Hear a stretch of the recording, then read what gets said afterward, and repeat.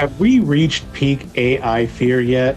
Today's news, February 12th, 2026, featured the latest wave of AI panic when a very tiny company announced a very big deal, which is they have developed an AI system algorithm platform that apparently is going to overturn the entire global trucking and logistics industry, cause a lot of panic and fear, deep sell-offs in related stocks. So I wanted to take just a very quick look at what happened and analyze whether it makes sense to also be contrary against this latest wave of panic. It's not easy being contrary in this age right now because usually panic and fear exhausts itself relatively quickly. It's very hard to stay afraid in this stock market. But AI is a little different because the technology and advances are moving so fast that there's constantly new developments that are igniting a new wave of energy that's being funneled into all this fear and panic. All right, let's take a look at what happened. The company's name is Algorhythm Holdings. It used to create a karaoke singing machine, apparently. It's a very tiny company. Most of its business seems to be in India. So I want to take a deep look at this and explain why I am running contrary to this news. All right, let's take a quick look. All right, this is Algorhythm Holdings website. You can see it's called algoholdings.com. Very nifty splash page here, shaping intelligent futures, artificial intelligence, complex industries, and logistics. Now, the big fuss today was related to this white paper that they released and a presentation. At the time of recording, I could not access this presentation. I did download the white paper, took a quick look. It's going to take a lot more studying, and I'll dedicate that time if indeed this technology turns out to be something. But let's just take a quick look. I opened up some tabs because I want to just show us a few interesting things here. In their news and media section, you can see that they've actually already been releasing news about their AI platform. Starting, let's see, yeah, let's just call it. I mean, they had this partnership with Provisi AI back in December, but really they I guess fired a warning shot right here, February 2nd. The semi-cabs AI platform is key to reducing hidden costs in the food supply chains. So for whatever reason, the market took this very seriously when they mentioned freight volume, 400% more, and the white paper, I guess, also along with it, caused people to take this news so seriously. Now, I took a look, of course, at their earnings. They're based in Fort Lauderdale, Florida. One really interesting thing, many interesting things about their earnings, but what I took note of most intently is that they seem to have most of their business in India, right here. Fast moving consumer goods companies in India. And I scrolled through here really quickly and I didn't see mention of any other businesses in their earnings report. Um, Let me get the scrolling going here. Sorry about that. Let's keep it moving. All right. They had strong growth and they seem to be growing revenue pretty handily, but I did not see the mention of any other companies with this semi-cab or countries in this semi-cab platform that they have. And that doesn't mean there aren't any others. It's just interesting that they chose to highlight their business in India.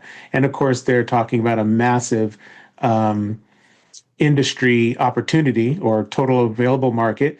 They're using Mordor Intelligence, a leading market research firm that says the global truckload transportation industry is estimated to be approximately $3 trillion annually. And they are talking about in that industry, there's $1 trillion in avoidable freight spending. So if that's the case, you can imagine that companies that are currently benefiting from that wasted spending, a whole $1 trillion worth, are going to be completely wiped off the face of the business of the earth, right? Their business is going to be completely wiped out. So that, I guess, is the crux of the fear. Now, if because they mentioned the earnings, I'm just going to use Seeking Alpha really quickly here, just to take a quick look, because there's some interesting things about their earnings reports. Again, this is according to Seeking Alpha. It's a handy way of looking really quickly at their financials. And what I noticed is that, yes, indeed, their revenues are, they have some decent revenues, but they're down significantly from, I guess, when they were a singing karaoke machine company. And I'm surprised they made the switch. Somewhere along here, you can see, hopefully, just follow my cursor. It's going to be too much for me to draw all over the screen. You could see that there was some sort of inflection point where they really dropped in revenue trend, and now they're starting to trying to, I guess, bottom it out. Now, this revenue is interesting, but look at the gross profit. It's down to the single digits, and even more concerning, if I were an investor in this company, is that their operating income is deeply negative and has gotten worse. And this column is the year ending December 2024, and TTM here is trailing 12 months. Okay. Um, And bottom line is that if I scroll all the way down here, their earnings from continuing operations has really plunged from 24.4 million year ending December 2024, and now in the trailing 12 months it's 32 million, negative 32 million. So that means, yes, they're earning revenue, but they are paying a huge cost. And so when I see that, I want to see, well, what's their balance sheet like? Their balance sheet is kind of on life support. I assume right here in the end of December 2023, they raised some money because you can see this big jump. But now it's plunged back down. I'm just assuming these things, right? I'm just looking at the numbers. I'm trying to do this very quickly. Don't want to do too deep a dive into the narrative, but you can see this big drop in their last report. Perhaps they're spending the money on R&D or other expenses related to this innovative platform that they developed. The problem is that because of their burn rate, they are likely going to have to raise money again soon. So that's when this big jump in their stock comes in handy for them. Now let's go ahead and take a look at the stock chart. This is tradingview.com. Now they gained 29.8%, let's just say 30% on the day, but the stock was as high as 150, and it was jumping from 83 cents a share. So it at one point almost doubled on this news and then faded so hard it only gained 30%. That is concerning because it means that this hype may be already ending. And yes, this is essentially a penny stock. So I'm just surprised to see that a company that's been working on such an important AI-based platform that's addressing perhaps a $1 trillion opportunity, the market has not appreciated. In fact, during the time that they've been doing this, you could see that the stock has been plunging into penny stock status for several months. And you can also see, this is classic of penny stocks, is that they were much, much, much, much higher in previous days. I mean, check this out, $45,000 a share just a few years ago. Let's see, that's 2022. So, there's something not quite right in this business, right? Just based on the stock charts, nothing else, and the earnings reports. Something is not quite right, even though everything looks right today. So this is where all of my skepticism about, at least not their news or the technology per se, but the impact of what they're doing. But the market was not skeptical at all. So let's take a look at some of the casualties. Here we have C.H.R. Robinson Worldwide, big trucking company and logistics company, was down 14.5%. It was down as much as, I think, 30%. Don't quote me on that. Basically brought it right back to where it reported earnings in October. This is I bought call options on this one just based on my skepticism and my desire to find some contrarian plays. Now, another stock and this stock, RXO, ironically, I just finished featuring this in one of my videos on how to scan for very strong stocks, very ironic. And this also is a very complicated one because I actually violated the trading rules to get me into the stock in the first place. When the stock hit my stop, I was trying to find news, couldn't find news.